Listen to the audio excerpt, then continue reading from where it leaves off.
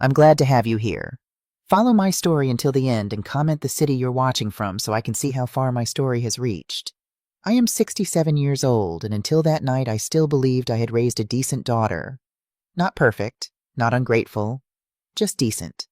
The kind of person who, even if she disagreed with me, wouldn't slice my dignity open in public. But that illusion died over white linen and red wine, drowned beneath chandeliers and polished silverware. It was a Sunday evening, early September, that moment between seasons when the summer warmth still lingers in the bones of the day, but the air sharpens by evening. The restaurant was perched on the marina, 3 stories of glass and stone that overlooked the water like a lighthouse for people who didn't need saving. Inside, everything glowed. Soft amber light spilled from glass orbs hanging overhead like delicate moons. The tables were dressed in pressed ivory cloths, candles flickering low in heavy crystal holders. Waiters moved like shadows, silent and poised, in crisp white shirts under black waistcoats, each carrying trays balanced like rituals. The scent of seared salmon, lemon butter, and rosemary floated in the air, mixing with the citrus in the hand soap from the restrooms. Every detail was curated for comfort, for charm, for the illusion that nothing painful could ever happen here. I smoothed my navy dress, the one I'd bought 3 years ago for a cousin's wedding, and adjusted the simple silver bracelet my mother had given me decades ago. My hair, more silver than the brown it once was pulled back in a neat bun. I'd taken extra care with my makeup, though I never wore much, just enough to feel put together, to feel worthy of being seen. Everyone was already seated by the time I arrived. My daughter Isabella waved me over to the long table by the window. Outside, the skyline flickered like a scattered jewel box. Boats moved slowly across the harbor, their lights painting silver ripples in the water. I took the seat she had saved beside her. I smiled. I always smiled first. Isabella looked radiant. She'd always had that ability to look put together, not polished like Sophia, but elegant in a way that felt accidental. She wore a pale green wrap dress, the kind that caught the light at the folds. Her hair was pinned up with little gold clips that sparkled every time she turned. She didn't kiss my cheek when I sat down, just tapped the menu and asked, "Have you already eaten today?" I told her no and added, "I brought Brandon a card." My grandson had just turned 19, starting his sophomore year in college. I'd been saving for months to put a decent amount in his card. She didn't respond, just turned her attention to the wine list. I quietly slid the envelope under his water glass. Across from me sat Jose, my ex-husband. Age had caught up to him gently, a little grayer, a little thicker around the middle, but still smug in the way men become when they've never known the word consequence. Beside him was Sophia, the new wife, 10 years younger, sleek bob, eyes like polished glass. She wore red, not burgundy, not wine red, and she laughed with her whole mouth, even when nothing was funny. To her credit, Sophia tried to be charming. She made a comment about how I must be Brandon's grandmother, and when I replied that I was indeed his mother's mother, her face tightened for a breath before smoothing out like fresh icing. Michael, Isabella's husband, was checking his phone under the table, barely acknowledging my arrival. Brandon, my grandson, gave me a quick smile, but then returned to texting someone, his fingers flying across his screen. Isabella laughed too loudly at something Jose said about vacationing in wine country. The waiter poured sparkling water into tall glasses. Ice clinked softly, a delicate civil sound. "So, Maria," Jose said, his voice carrying that slight accent he'd never quite lost. "Still living in that little house on Maple?" "Yes," I answered, unfolding my napkin. "The garden's doing well this year." "You should see our new place," Sophia interjected, her hand landing on Jose's arm possessively. "Jose bought me the most beautiful house overlooking the bay. We have our own private dock." "How nice," I said, meaning it. I'd never begrudged Jose his success, even though he'd been an accountant at a small firm when we were married, and only after our divorce did he climb the corporate ladder. "Brandon, how's your new guitar teacher working out?" Brandon looked up, surprised to be addressed. "Oh, Good, I guess. I haven't gone in like 3 weeks, though. He's too busy with more important things, Isabella said, slightly defensive. His studies come first. I nodded, trying again. And how's work going for you, Isabella? Did that marketing campaign for the hospital launch yet? She answered in fragments, smiles that didn't reach her eyes, always trailing back to her father or Sophia, as though something about me bored her now. It's fine, Dad. Tell Mom about your trip to Aspen last month. I picked at the warm bread on the table, twisting the corner of the napkin in my lap. My back was straight, my voice measured. Inside, though, I felt it, a slow tightening behind my ribs, a familiar sense that I was the afterthought again. Maria, Sophia said, cutting into her appetizer, that bracelet is quaint. Is it vintage? The word vintage fell from her lips like something that might need to be sanitized. It was my mother's, I replied simply. She gave it to me when Isabella was born. Oh, how sweet, Sophia said, her gaze already moving away from me. Jose got me the most gorgeous diamond bracelet for our anniversary. Show her, honey. Jose cleared his throat. I don't think Maria wants to see your jewelry. Sophia, a small kindness, one I hadn't expected from him. Our eyes met briefly across the table, and for a moment I saw a flicker of the man I'd married 45 years ago, before ambition and discontent had hollowed him out. I tried to keep the conversation going, asked about Brandon's summer trip, his college search, his new guitar teacher. I asked Michael about his new position at the firm, if they'd finally gotten that patio fixed like they'd planned last spring. The waiter returned to take our orders. Jose and Sophia chose the lobster, Isabella and Michael the duck, Brandon the steak, and I selected the salmon. It was the least expensive entree, though I didn't mention that.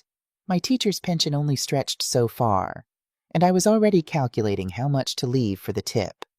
While we waited for our food, I found myself watching the boats on the water, their lights like fireflies drifting across the darkness. I remembered taking Isabella on the harbor ferry when she was small, how she'd squealed with delight at the spray of water against her face, how she'd held my hand tightly as we stood at the railing, her small fingers warm and trusting in mine. Where had that girl gone? And then it happened. We were talking about books, or I was trying to. I had mentioned one she loved as a child, the one with the bear and the red scarf. Bruno's Winter, I think it was called. I thought she'd smile, maybe laugh, maybe remember the nights I read it to her when her father was still at work, when she'd curl up against me and ask me to read it again, even when she could already read on her own. But instead, she blinked, stared at her wine, and let out this breathy laugh. Oh my God, Mom, you're so outdated, she said. Seriously, you're like stuck in the 90s. I froze. Not in shock, but in calculation. I waited for her to laugh it off, to say she was joking, but she didn't. She leaned back in her chair, brushed a strand of hair from her temple, and looked at Sophia. Then she said louder, more certain now, "You're a loser. Dad's new wife is incredible." The table went silent. Even the waiter, who had been approaching with a tray of salmon and roast duck, stopped mid-step. Someone at the next table turned slightly. The candle flickered between us. It felt like the air had thickened, like I had to push it away just to breathe. My spine locked. My stomach dropped so hard it felt like something unhooked, but my face didn't move. Not a single muscle.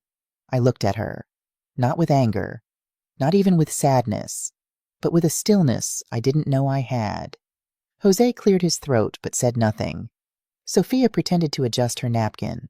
Brandon sipped his drink. Michael studied the pattern on his plate as if it contained secret code. No one, not one person, said a word in my defense. I sat back. I set down my fork. I looked out the window for a moment, watching a boat slip behind the pier like a secret. I felt the cloth of the chair beneath my palms. I heard the quiet clink of a spoon on porcelain from another table. My throat burned, not from tears, but from the effort of not letting them come. My silence became my shield. I stayed through the main course. I even nodded politely when someone offered me a bite of risotto. But inside I was already gone. I counted every minute until I could leave without causing a scene. When the waiter returned with dessert menus, I excused myself, saying I had an early morning. No one argued. Isabella didn't even look up. I paid for my own meal at the front. The hostess blinked at me, surprised, but took the card without comment. I stepped outside. The night had cooled. The wind smelled of salt and diesel. Across the bay, the skyline shimmered with lights that meant nothing to me.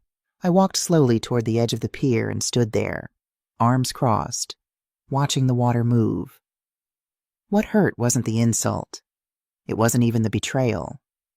It was the silence. The silence of people I had once believed would speak for me. The realization that I had spent decades sewing a life for others, only to be told it was out of fashion. I drove home in silence. No radio, no phone calls. Just the sound of tires on asphalt and my own breathing. The streets were nearly empty. Most people already home with their families. Their Sunday evenings drawing to a close. Streetlights cast pools of yellow on the pavement, and as I drove through them, they illuminated my hands on the steering wheel. Steady despite everything. My little house on Maple Street waited for me, dark except for the porch light I'd left on. The one with the motion sensor that Jose had installed years ago, before he decided our life together wasn't enough. It flickered to life as I pulled into the driveway, a mechanical welcome home. Inside, I moved through the familiar rooms without turning on the lights. I knew every corner, every piece of furniture. The house wasn't fancy 3 bedrooms, 2 bathrooms, a kitchen with appliances from the early 2000s, but it was mine. Paid off 5 years ago after decades of careful budgeting. I changed into my nightgown, removed my makeup, and brushed my teeth. All the rituals of ending a day, performed as if this were any other night. As if my heart hadn't been cracked open and examined under chandeliers. I didn't sleep that night. Not even for a moment. The house was quiet, but my head was loud. I lay in bed, staring at the ceiling, where faint shadows from the tree outside danced on the white paint. They moved slowly like ghostly fingers tracing old stories. My room smelled faintly of lavender from the sachet in my dresser, but even that couldn't soothe me. The air felt thick, like it was pressing down on my chest. I kept hearing it in my head, like a needle stuck in a groove. "You're a loser. Dad's new wife is incredible."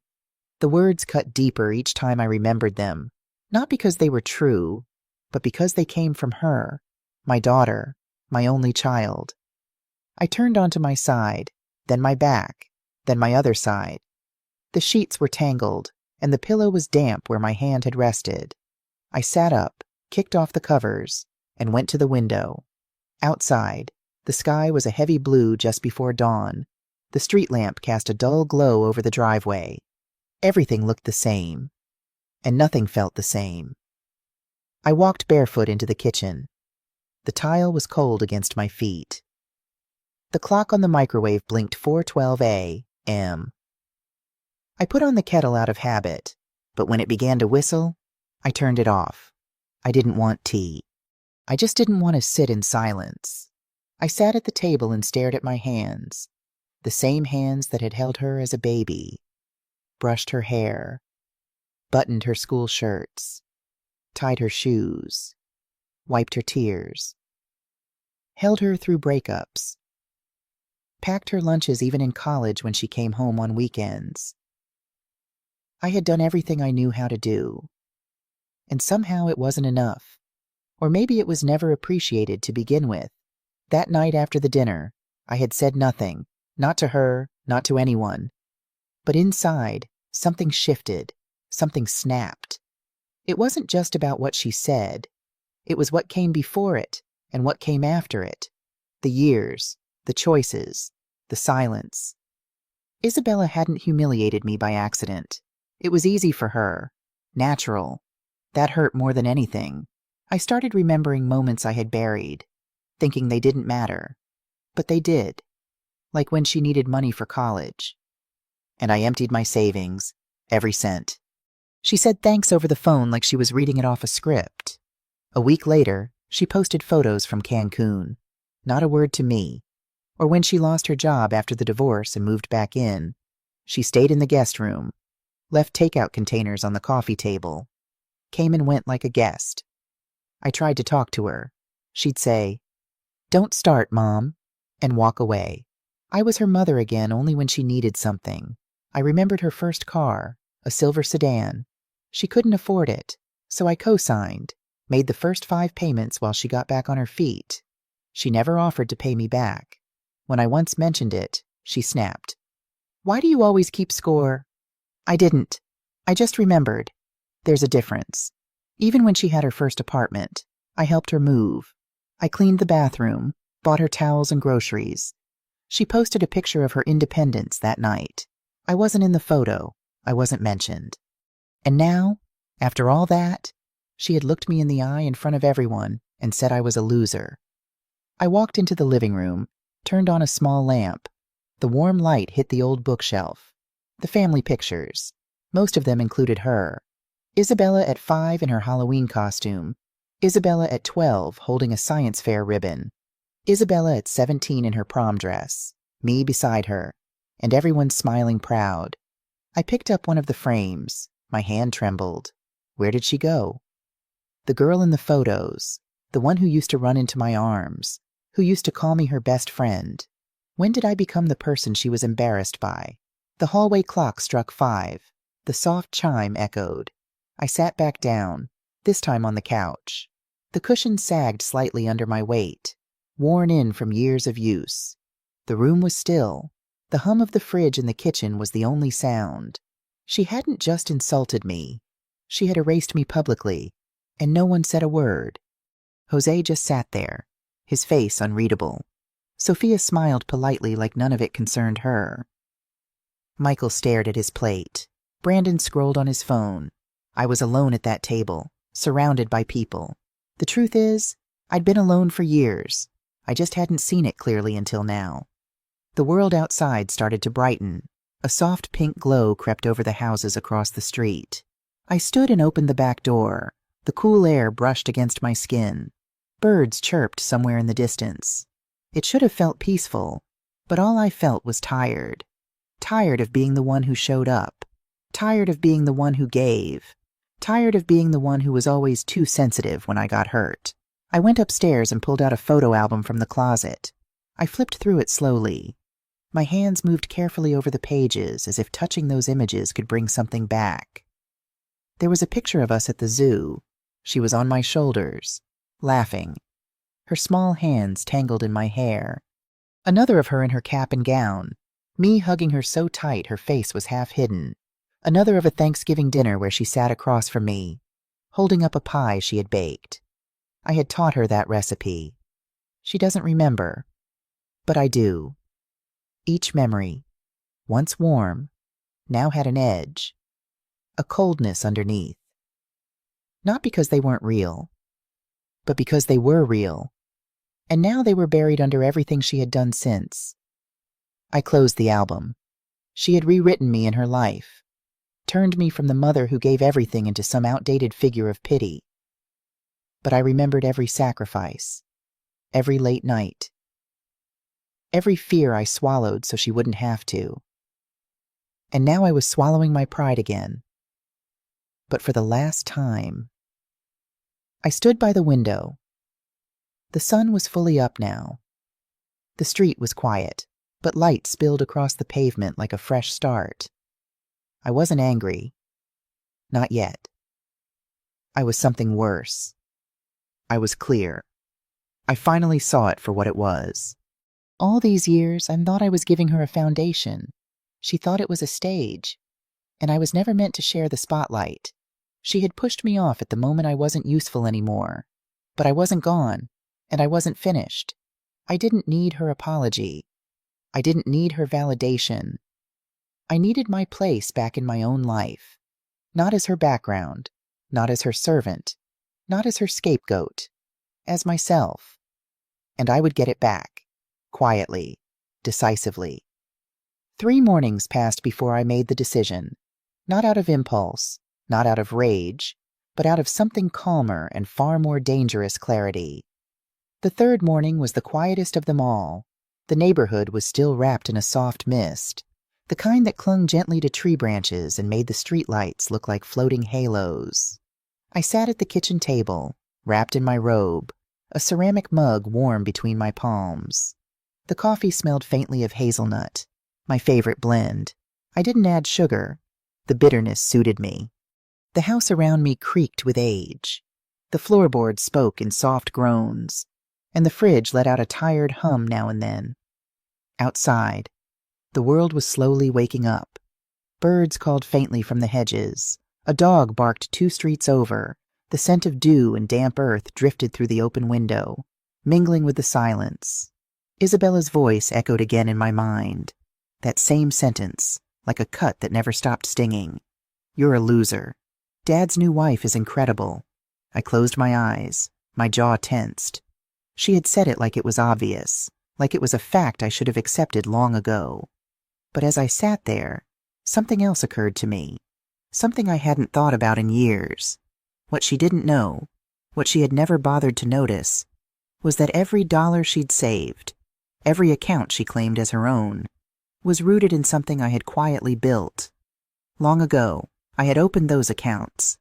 As joint holder, I paid the fees, did the paperwork, updated the passwords. She never read the fine print. She never thought she had to. I stood, walked slowly to the hallway, and opened the closet where I kept my old filing cabinet. It was tucked behind a dusty vacuum and a rolled-up rug I'd been meaning to donate. I pulled the top drawer open and ran my fingers across the tabs. M, Melissa, accounts. The folder was thick. Bank agreements, statements, correspondence. My name in bold on every page, and only my name as the sole owner. I took it all to the dining table, spread it out beneath the chandelier's soft morning glow. The crystals caught the light and cast little patterns on the paperwork. I studied each page carefully. Every detail felt like a thread I was pulling free from a tangled knot. She thought I had nothing left to give. But she forgot one thing. I'd never stopped keeping the house in order. Not even after the divorce.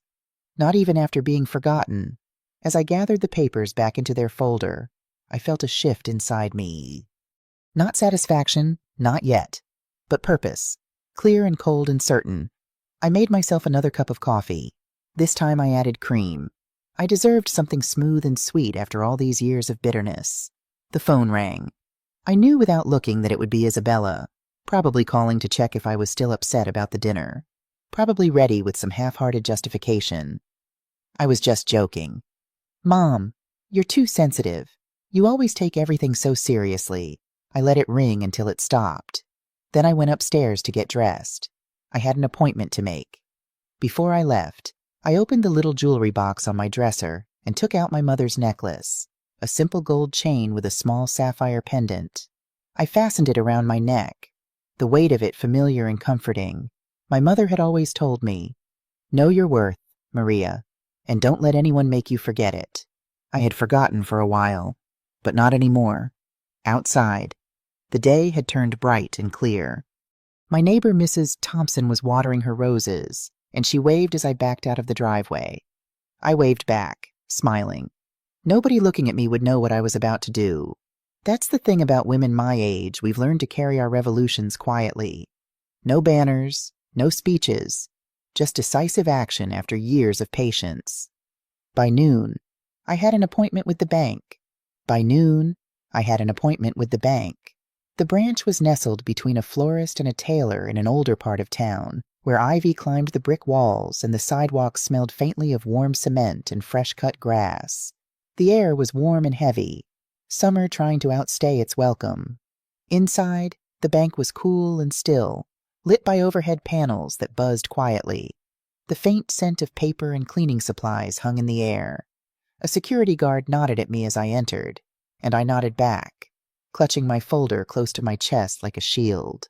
The banker assigned to me was young, maybe 30. She wore a pale blue blouse and smiled politely, though her eyes held the detached focus of someone trained not to pry. Her nameplate read, Amanda Wilson. "Mrs. Rodriguez, I'm Amanda. Please, have a seat." She gestured to the chair across from her desk. "How can I help you today?" I sat down, smoothing my skirt beneath me, and placed my folder on the desk. "I'd like to discuss my accounts," I said, my voice steadier than I had expected. "Of course. May I see your ID?" I handed her my driver's license, watching as she typed something into her computer. The soft clicking of keys filled the silence between us. "Thank you. Now, which accounts were you interested in discussing today?" I opened the folder and pulled out the first page, a list of account numbers, all written in my neat handwriting. "These," I said simply. "I'd like to check on the status of each one and make some changes." She looked at the list, then back at her screen, her eyebrows rising slightly. "I see. These are all joint accounts." "They appear to be," I said carefully. "But I'd like to verify the primary account holder." She typed something else, then turned the monitor slightly so she could see it better. "According to our records, you are the primary account holder on all of these accounts. Mrs. Rodriguez, your daughter, Isabella Carter, is listed as a joint holder with rights of survivorship." I nodded, just as I had suspected, just as I had planned, all those years ago, when Isabella was starting college and I wanted to make sure she had access to funds if something happened to me. I had opened the accounts, deposited the initial funds, maintained them diligently. Isabella had only ever used them. She never asked about the paperwork, the origin, the ownership. And as the primary account holder, what rights do I have regarding these accounts? I asked. Amanda hesitated, then answered carefully. As the primary account holder, you have full control over these accounts, including the right to modify access, withdraw funds, or even close the accounts entirely. And what about freezing them? Her eyes met mine, something like understanding flickering across her face. Yes, ma'am, as the account holder, you have every right to freeze or transfer funds. I reached into the folder again and pulled out the request I had prepared at home. Then I'd like to freeze all of these accounts, effective immediately. She took the paper, read it over quickly, and then clicked through her computer, asking a few verification questions. I answered each with a calm voice, even though my pulse fluttered quietly in my throat, not from nerves, from the gravity of the moment. "May I ask why you're freezing these accounts?" Amanda asked, her voice professional but gentle. I looked at her, really looked at her. Young enough to be my daughter, sitting in her crisp blouse in her climate-controlled office. What would she understand about decades of erosion, about love turning to convenience, about becoming invisible in your own family? Family matters, I said finally, offering nothing more. She nodded, accepting the boundary. "I understand. I'll need you to sign these forms." She slid several papers across the desk.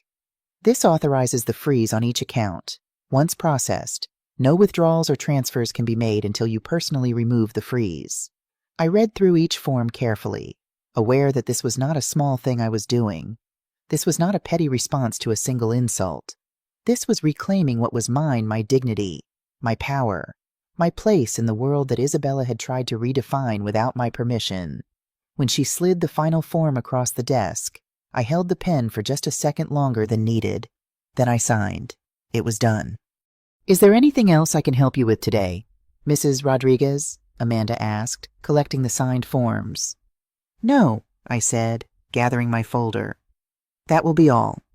Thank you for your time.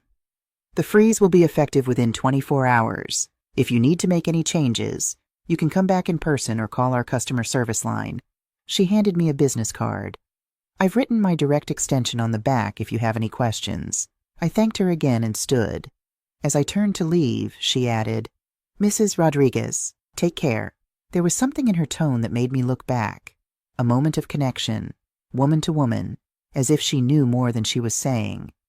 I nodded once more and left, stepping out into the warm afternoon air. Outside, a light rain had started. I stood under the awning for a moment, watching it soften the edges of the world. It made the sidewalk shimmer. The maple trees across the road swayed gently, their leaves just beginning to turn. The breeze smelled like rain on warm pavement and something faintly floral from the nearby shop. For the first time in years, I didn't feel powerless, at home. I put the documents away and made myself lunch. A simple sandwich, half a peach. I turned on the radio. A soft jazz melody floated through the kitchen. brushing the air with comfort. And then I lit a candle. I sat in the living room with the candle flickering near a photo of Isabella. Age 9, her arms were around my neck in the picture, her cheeks round with childhood. I stared at it for a long time. Where had she gone? She used to sit on the kitchen floor and talk to me for hours. She used to ask for bedtime stories even after she could read. She used to leave sticky notes on the fridge. Love you, Mom. The twist came 2 days later. A letter arrived. It was from Elena, my sister. The handwriting on the envelope was instantly familiar, slanted, neat, full of intention. We hadn't spoken deeply in years, not because of a fight, but because life had pulled us in different directions. She lived in Arizona now, teaching high school Spanish, rarely coming back east. Inside, her words stunned me. Maria, I heard about the dinner. Cousin Anita called me. She saw you at the restaurant and witnessed what happened. I wish I had been there for you. I remember when Dad told you to be quiet at dinner, that you were the plain one, that you should just be useful. I never forgot that night, but I think you did. You turned that shame into love. You raised a daughter who forgot how to be grateful. But you never stopped giving. I'm writing to remind you of something. You are not defined by how others see you. Not even your daughter. Especially not your daughter. It's time to remember the woman you were before you became everyone's foundation.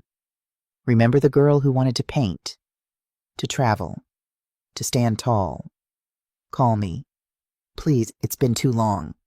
All my love. Elena, my eyes burned. I set the letter down on the table and folded my hands tightly in my lap. She was right. It wasn't just about Isabella. It was about a lifetime of being taught to make myself small, to be the one who stepped aside, to give until there was nothing left to give. But I had finally drawn a line. Not with a fight, with a signature. Isabella hadn't called yet. She wouldn't notice right away. That's how far removed she was from the actual management of her finances. Michael handled most of it, I suspected, and even he probably had automatic payments set up for everything. But when she did notice, when the notifications came, when the card declined, when the numbers didn't add up, she would panic. She'd call, and I would answer. Not to gloat, not to explain, but to make something clear. It was never about the money. It was about respect.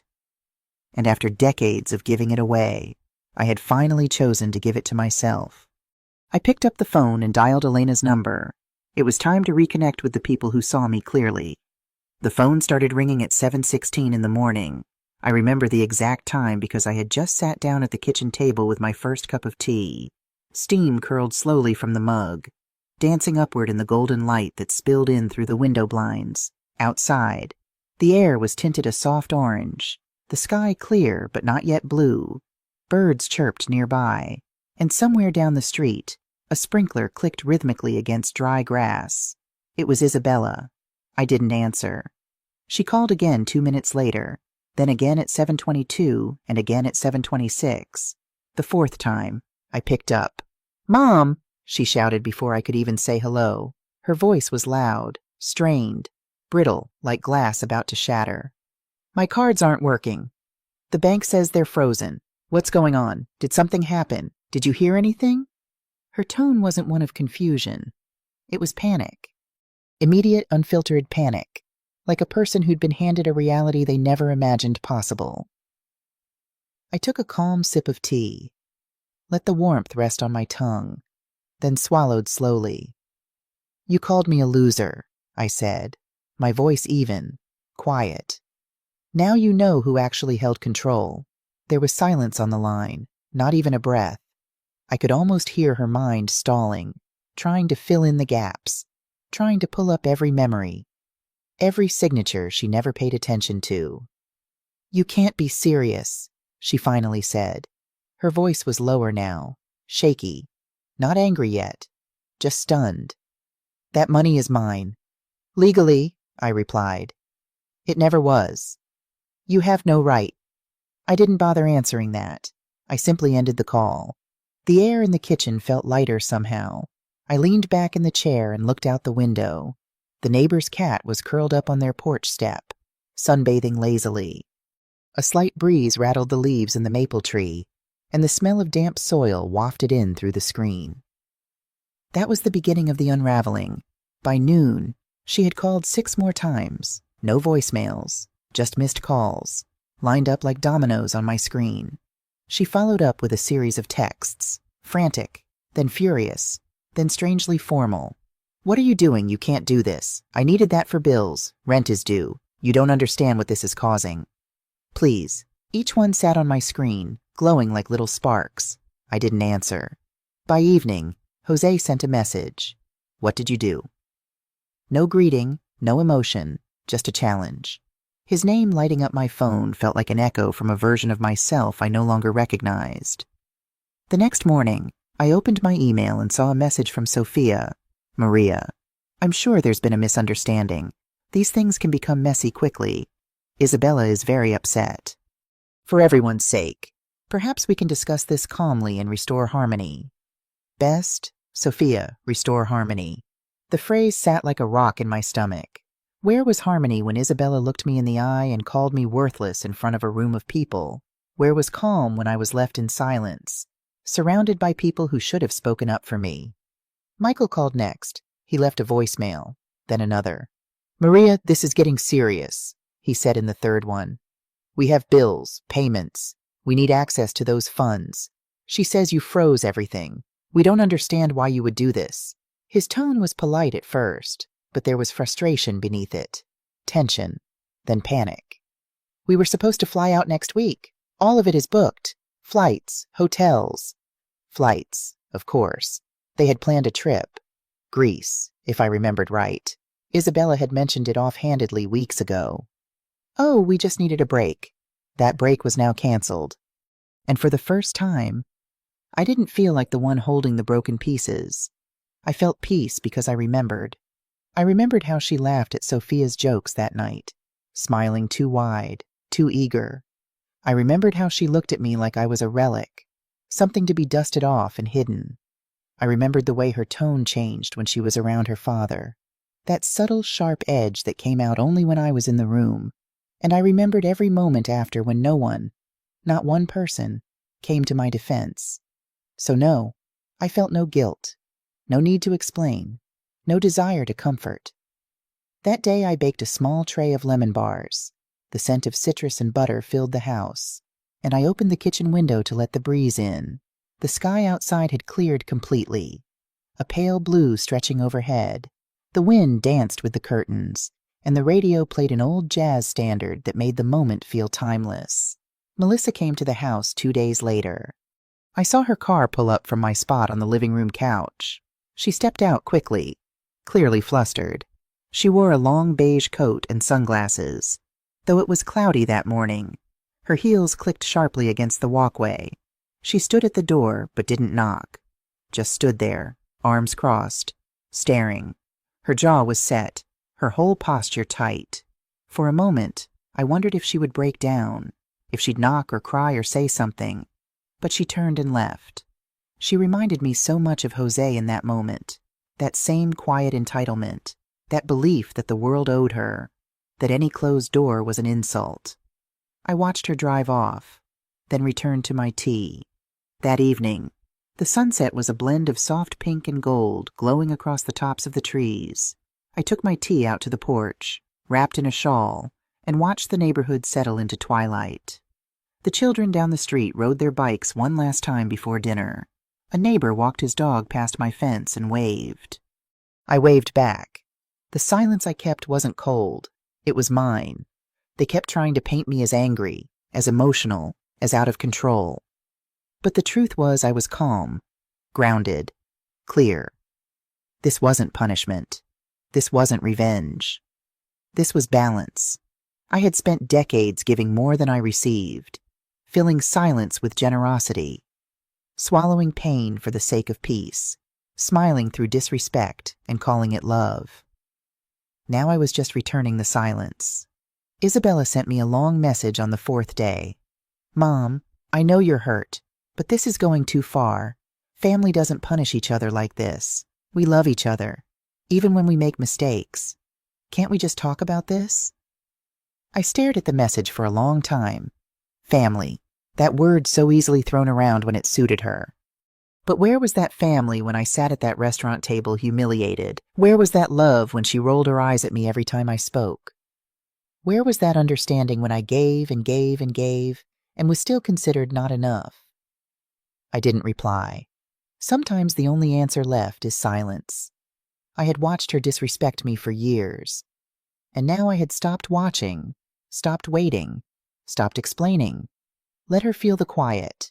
Let her wonder, because sometimes silence speaks louder than apologies. And for once in my life, I wanted to hear my own voice again, even if no one else could. Even if it only said one thing. Enough. It started with a message from someone I didn't expect. Not Isabella, not Jose, not even Sophia. It was a young woman named Lucy Williams, someone I barely remembered from Isabella's university years. She had been Isabella's roommate during her sophomore semester. Quiet, soft-spoken. I had only met her once, briefly, when I dropped off groceries during finals week.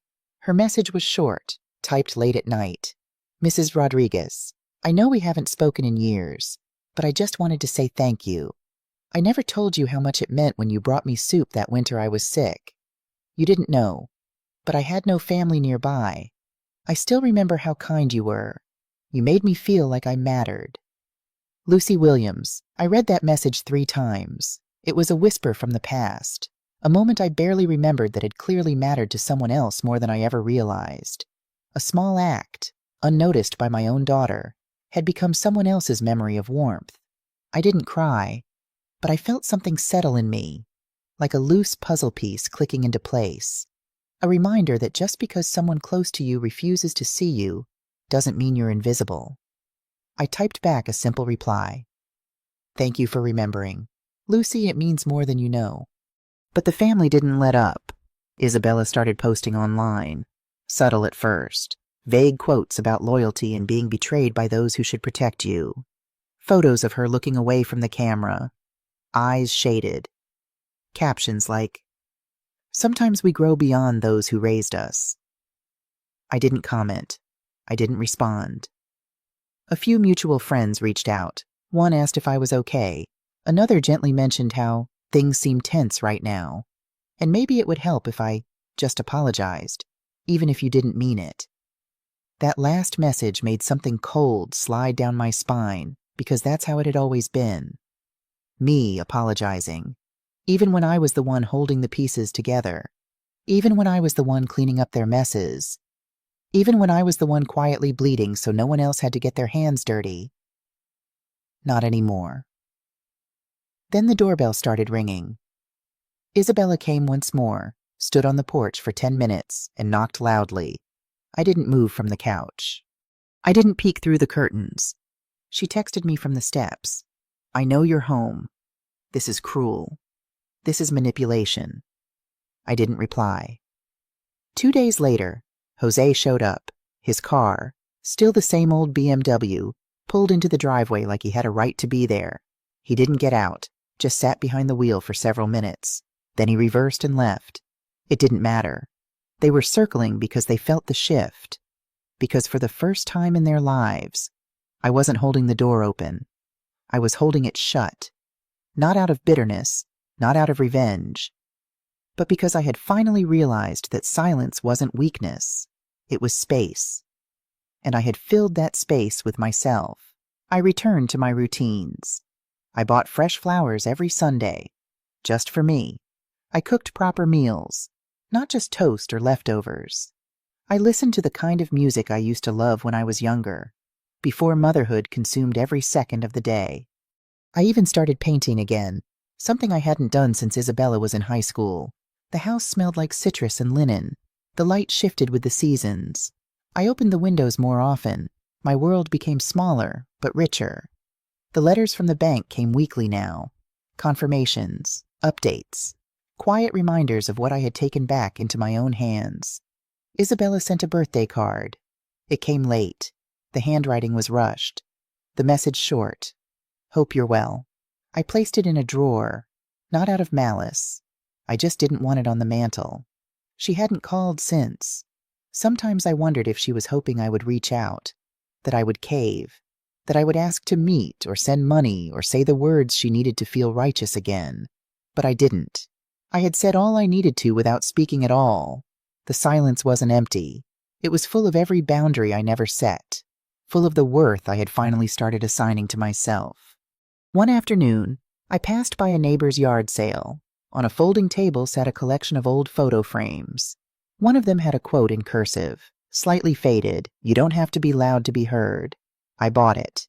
It sits by my front door now, not as a message to others, but as a reminder to myself. While going through old boxes in the attic, searching for more painting supplies, I found something unexpected, a small leather-bound journal with Isabella's name embossed on the cover. I remembered giving it to her for her 16th birthday, but I didn't know she'd kept it. I certainly didn't know it was in my attic. I hesitated before opening it. This was her private writing, after all. But something told me it was important, that it might help me understand what had happened to the girl who once held my hand so tightly. The first entries were typical teenage concerns: boys, friends, school. But about halfway through, the tone changed. December 12th, 1999, Dad left again tonight. Another business trip. Mom pretends like it's normal, but I heard them fighting. She was crying after he left. Why doesn't she ever stand up for herself? Why does she just let him walk all over her? It makes me so angry. I wish she would fight back. I wish she wasn't so weak. My breath caught. I kept reading, page after page of Isabella's teenage perspective on my marriage, on my life, on me. May 3rd, 2000, Dad called today. He's in California with some woman from his office. Mom doesn't know, or at least she pretends not to. It's pathetic. I swear I will never be like her. I'll never let a man treat me that way. I'll never be that. Desperate. I closed the journal, my hands shaking. All these years. I thought I was showing Isabella strength. I thought I was teaching her how to endure, how to keep a family together despite the cracks. But what she saw was submission. What she saw was weakness. She didn't despise me because I was outdated or uncool. She despised me because she thought I had allowed myself to be a victim. And in her eyes, becoming like me was the worst thing that could happen to her. The irony was bitter. In trying to protect her from the pain of our broken family, I had inadvertently taught her the wrong lesson entirely. And now, she was married to Michael, a man who reminded me so much of Jose it was sometimes frightening. The cycle was repeating, but she couldn't see it. I returned the journal to the box but kept this new understanding close to my heart.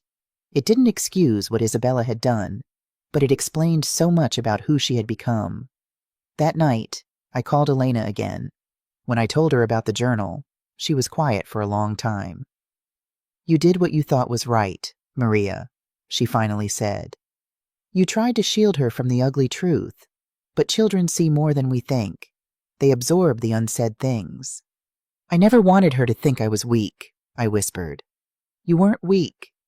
You were trapped. There's a difference. And now you've found your way out. The question is, will Isabella ever find hers?" I didn't have an answer for that, but for the first time, I felt something other than hurt when I thought about my daughter. I felt sad for her. Sad that she had misunderstood my silence for weakness. Sad that she was still fighting demons she didn't recognize. But that didn't mean I was ready to open the door. Some lessons need time to be learned, and some boundaries, once established, need to be honored before they can be redrawn. The next day, I got in my car and drove to the art supply store. I bought new canvases, brushes, paints and colors I'd never tried before. I set them up in the spare room, the one that used to be Isabella's. I opened the windows wide, letting the fresh air sweep away the staleness of unused space. And then I painted. Not the careful, muted landscapes I used to create, but bold, vibrant swirls of color that spoke of everything I had never said aloud. I painted until my arms ached and the light faded from the sky. When I stepped back to look at what I had created, I saw not just color and form, but the shape of my own liberation. It wasn't beautiful in any traditional sense, but it was honest, and that, I realized, was what had been missing from my life for so long. Honesty, with others, but most importantly, with myself. A month had passed since I'd frozen the accounts. The days had grown shorter, the light softer. Autumn had settled fully into the neighborhood, painting the trees in shades of amber and gold. I found a rhythm in my new solitude morning walks, afternoon painting, evening reading. I took my camera out of storage, the old Nikon Jose had given me for our 10th anniversary, and began photographing the changing landscape.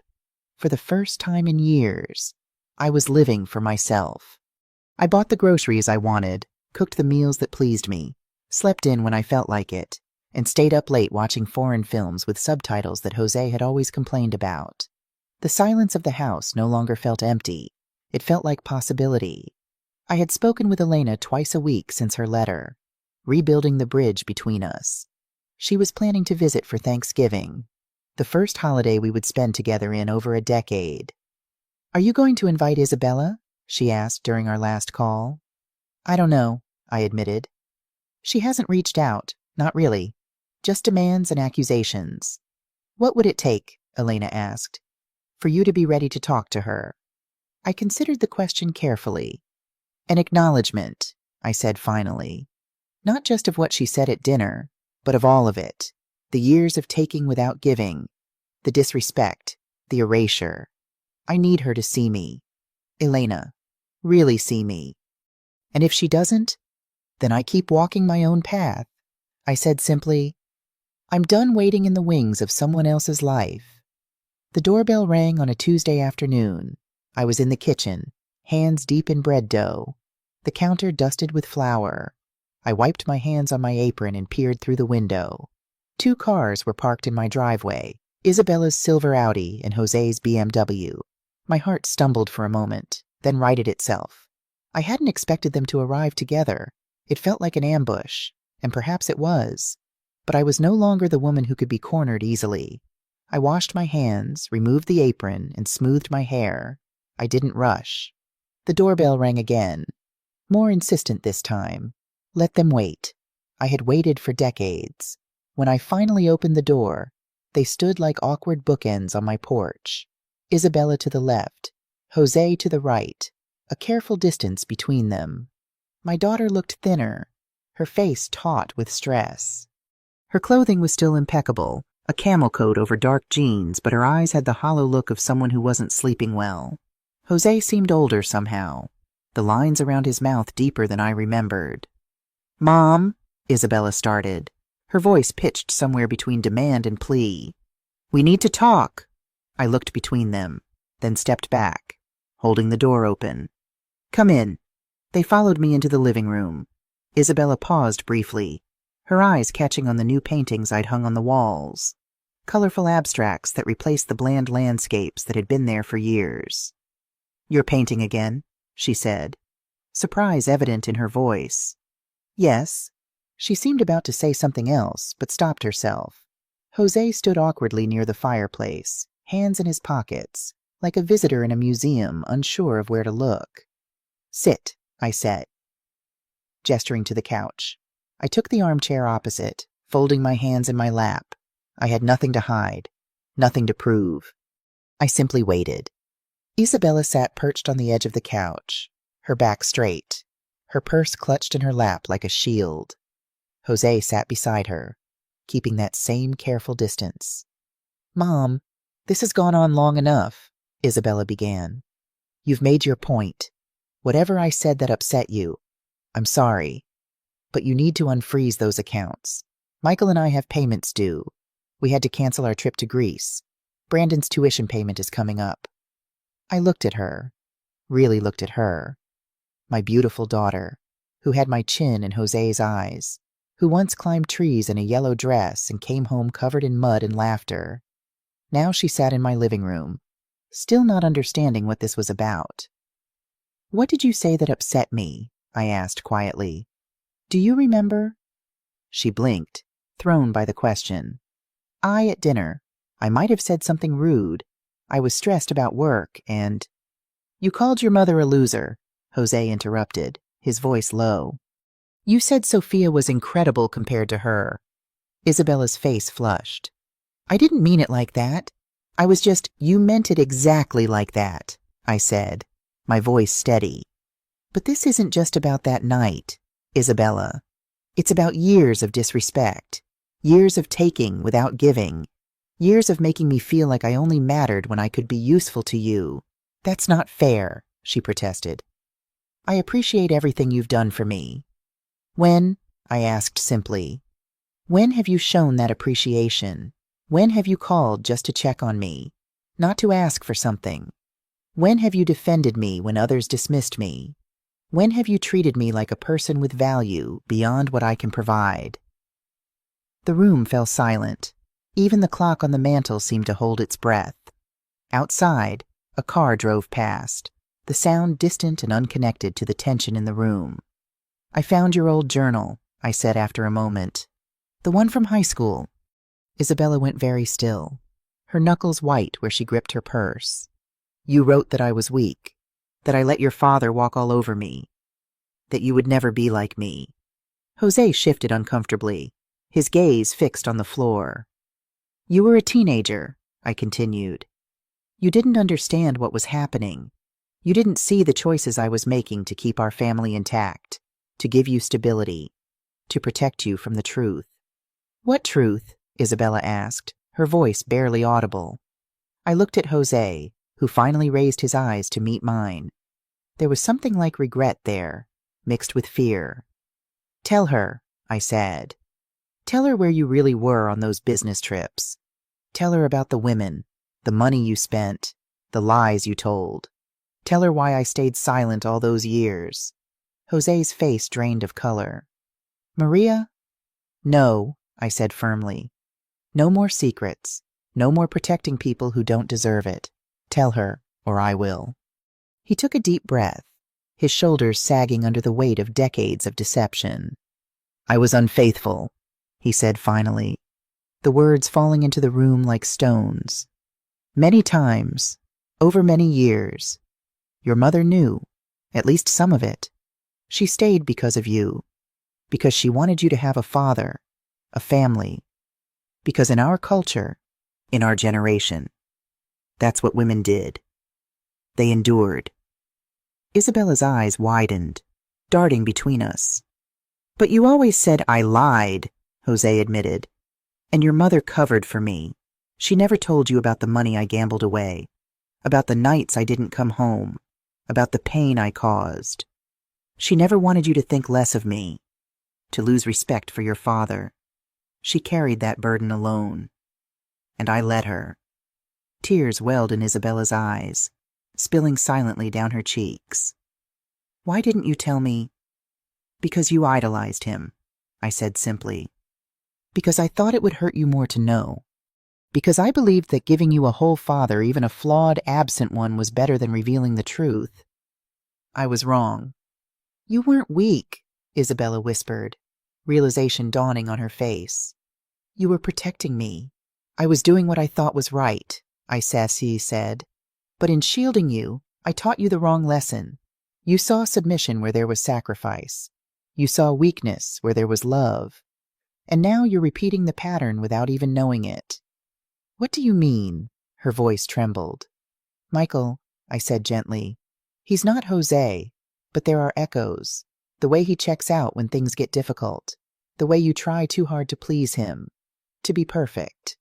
The way you've slowly made yourself smaller to fit his expectations. Isabella's breath caught, a soft, wounded sound. Her hands fell open in her lap, the purse forgotten. How do you?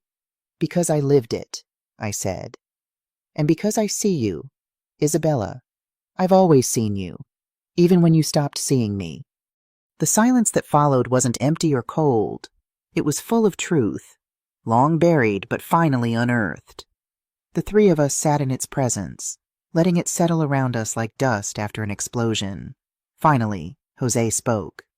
I'm sorry, Maria, for all of it, for making you carry my shame, for letting Isabella believe you were less than you are, for not standing up for you at that dinner. I looked at him, this man I had once loved enough to build a life around. There was no hatred in me anymore.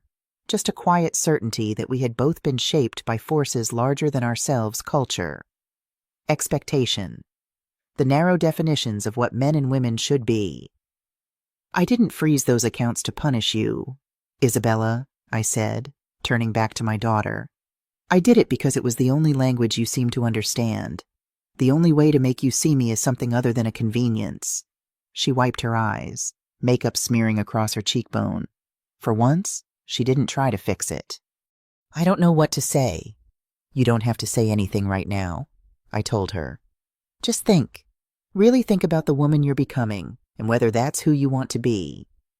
Think about the marriage you're building and whether it nourishes your spirit or diminishes it. Think about how you treat the people who love you, especially when they can't give you what you want." Jose stood up, hands still in his pockets. "I should go. This is between the two of you now." He moved toward the door, then paused, looking back at me. "You deserved better, Maria. You always did." After he left, Isabella and I sat in silence for several minutes. I could hear the clock ticking, the distant sound of children playing outside, the soft creak of the house settling around us. "The accounts," she finally said, her voice small. "Are they really all in your name?" I nodded. "I opened them when you started college. I wanted you to have access if something happened to me. But I never gave you ownership. And all this time, I thought—" "You thought what most people think when they don't read the fine print," I said, not unkindly. "That possession is the same as ownership." She looked around the living room again, taking in the new paintings, the fresh flowers, the books stacked on the coffee table, signs of a life being reclaimed. "You seem different." "I am different," I agreed. "I've remembered who I was before I became everyone's foundation." She stood, smoothing her coat with trembling hands. "I should go. I need to think about everything." I walked her to the door, neither of us speaking. On the threshold, she turned back, her face uncertain, vulnerable in a way I hadn't seen since she was a child. "Will you ever unfreeze the accounts?" she asked. "Yes," I said, "when I believe you see their true value, and mine." She nodded once, understanding flickering across her face. Then she was gone, the door closing softly behind her. I returned to the kitchen, to my bread dough that had risen while truths were revealed. I pushed my hands into it, feeling the living elasticity, the potential, like my life now moldable, full of possibility, ready to be shaped into something nourishing. The confrontation with Jose and Isabella left me drained but strangely peaceful. It was as if speaking those long-held truths had released something knotted inside me, allowing me to breathe more deeply. I didn't expect immediate transformation. Decades of patterns don't dissolve in a single afternoon of honesty. But I had planted seeds in Isabella's mind, in my own heart, that might, with time and care, grow into something new. The next day dawned clear and cool. I took my coffee to the back porch, wrapped in a cardigan against the morning chill. The garden was preparing for winter, the rose bushes pruned back, the vegetable beds cleared and covered with straw. I had always loved this in-between time, the quiet pause before winter's stillness. My phone chimed with a text from Elena. "How are you feeling after yesterday?" I had called her immediately after Isabella and Jose left, needing to share the weight of what had happened. She had listened, asked gentle questions, held space for my complicated emotions. Lighter, I texted back. "Like I've set down something I've been carrying too long." Her response came quickly. "Proud of you, Hermana. It takes courage to speak truth, especially to those we love." I smiled, feeling the warmth of her words despite the physical distance between us. Having her back in my life was an unexpected gift of this difficult time. The doorbell rang around 11. I wasn't expecting anyone, and for a moment, I tensed, wondering if Jose or Isabella had returned. But when I opened the door, it was Isabella alone, standing there with an old photo album clutched to her chest. "Can I come in?" she asked, her voice subdued. I nodded, stepping aside. She looked different today, hair pulled back in a simple ponytail, jeans and a sweater, minimal makeup, less armor. She followed me to the living room, where we sat in the same places as yesterday. She placed the album on the coffee table between us. "I found this at home last night," she said. "I couldn't sleep after everything, so I started going through old boxes. I recognized the album pale blue leather, slightly worn at the corners. Your baby book." "Yes." She opened it carefully. The first page held a hospital bracelet, tiny and white, with Baby Girl Rodriguez printed in fading ink. "I forgot I had this. Michael wanted me to throw out all the old junk when we moved last year." I said nothing, watching as she turned the pages slowly. Her birth certificate, a lock of dark hair from her first haircut, a photograph of her, red-faced and swaddled, in my arms. My face in that picture was exhausted but radiant with a fierce, protective love. "You kept everything," she murmured, fingers tracing the outline of a small handprint pressed in blue paint. "My first day of school, my report cards, the ticket stubs from my first concert."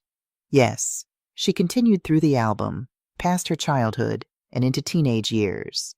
Prom photos, graduation, college acceptance letters. Each page a careful documentation of a life unfolding. "There's so much I didn't remember," she said, voice thick. "Like this." She pointed to a photograph of the two of us, heads bent together over a science project, a papier-mâché volcano. "You stayed up all night helping me finish this when I procrastinated. You had work the next day, but you never complained. You got an A," I recalled. "The volcano erupted perfectly." She turned another page. "And this, a birthday party.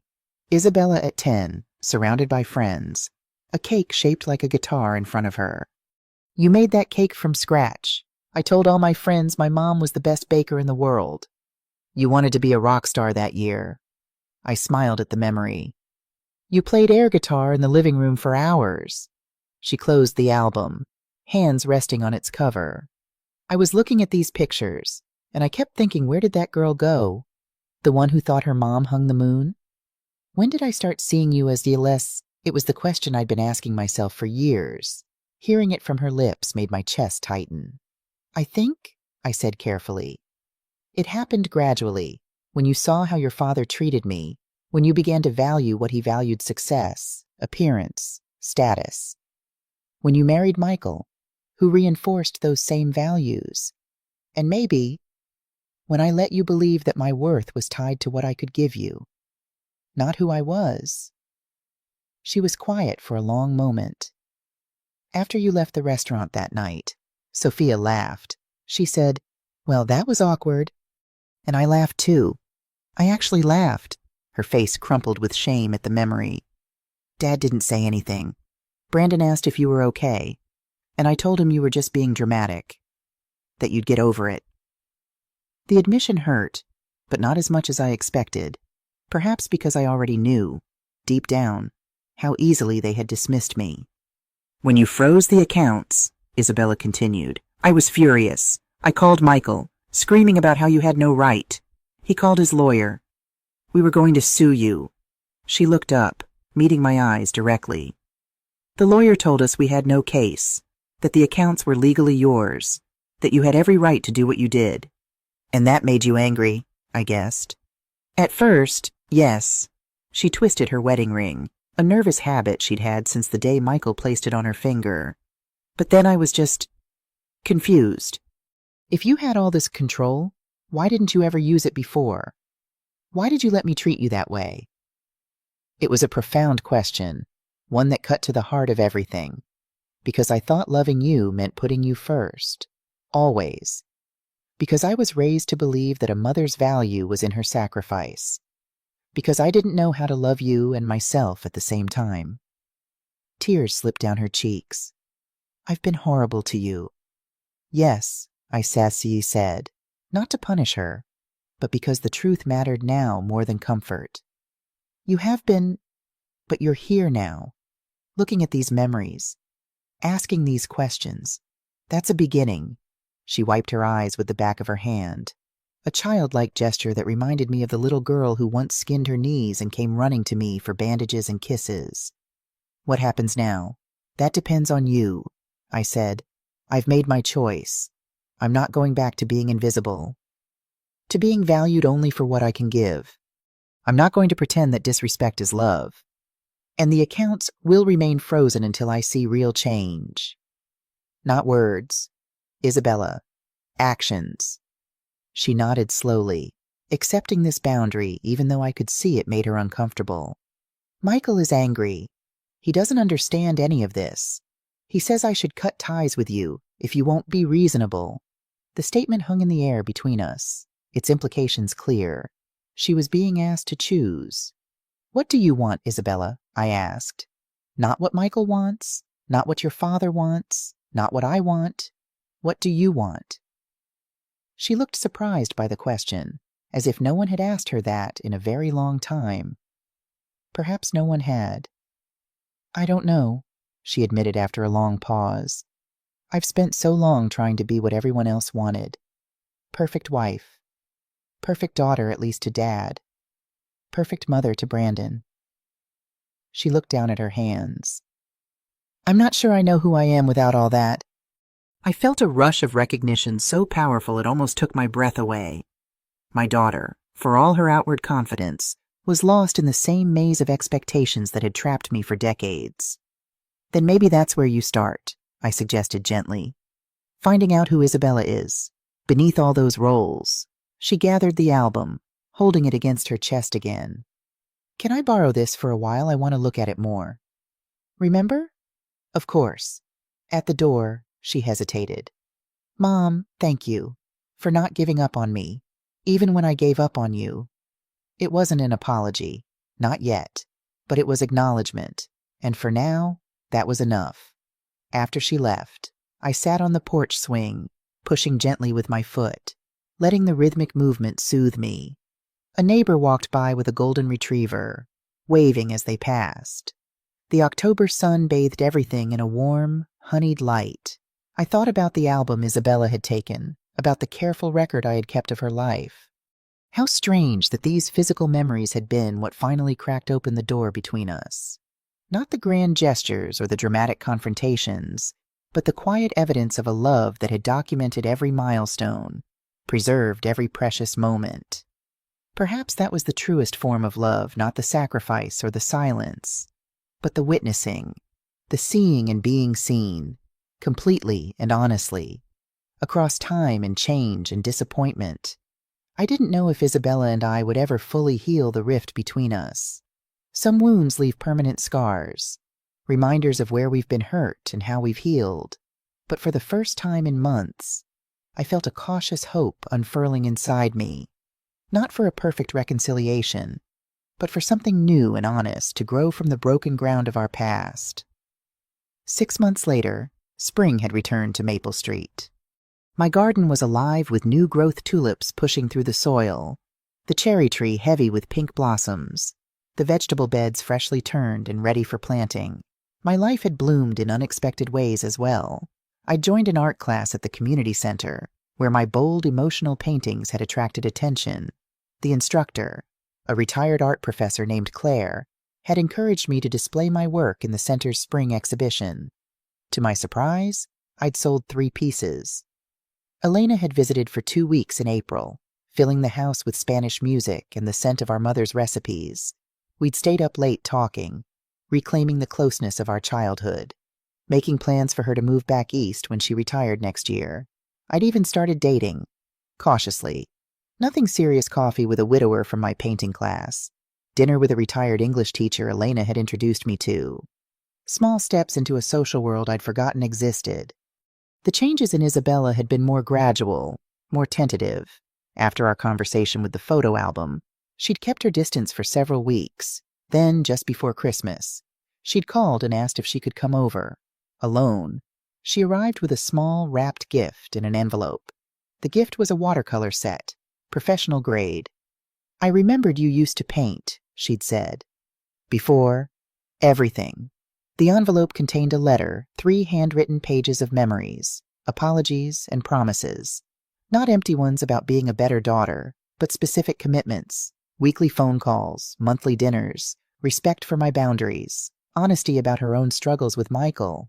who was resistant to the changes she was trying to make. We'd started slowly. Phone calls that were awkward at first, then gradually more natural. Coffee at a neutral cafe. Eventually, dinners at my house. Just the two of us, relearning how to be together without the old patterns of giving and taking. I'd unfrozen one of the accounts in February, as a gesture of acknowledgement for her efforts. The others remained under my control, a boundary that she now understood and respected. Today, we had plans to meet at a small Italian restaurant downtown. It would be our first dinner out in public since that fateful night at the Marina restaurant. A full-circle moment, though at a different establishment, one without painful associations. I dressed carefully not to impress, but to honor the occasion. A deep blue dress that brought out my eyes. Silver earrings that Elena had given me for Christmas. Comfortable but elegant shoes. My hair, now fully silver, was styled in a way that embraced rather than hid its natural texture. At 67, I no longer felt the need to apologize for taking up space, for showing my age, for being exactly who I was. The restaurant was warm and inviting, with brick walls and soft lighting. Isabella was already seated when I arrived, checking her watch nervously. She stood when she saw me, awkward for a moment before leaning in for a brief hug. "You look beautiful, Mom," she said, and I could hear the sincerity in her voice. "Thank you." I sat across from her, placing my napkin in my lap. "How's Brandon doing with his new apartment?" She smiled, genuine pride lighting her face. "Good, he's actually cooking for himself now, if you can believe it. He asked me for your pasta sauce recipe last week. I'd be happy to teach him myself, if he'd like." "He'd love that," she hesitated. "He misses you. He's been asking when he can come see you." Brandon and I had always had a special bond, one that had been collateral damage in the rift between his mother and me. "He's welcome any time, you know that." The waiter came to take our orders, risotto for me, pasta for Isabella.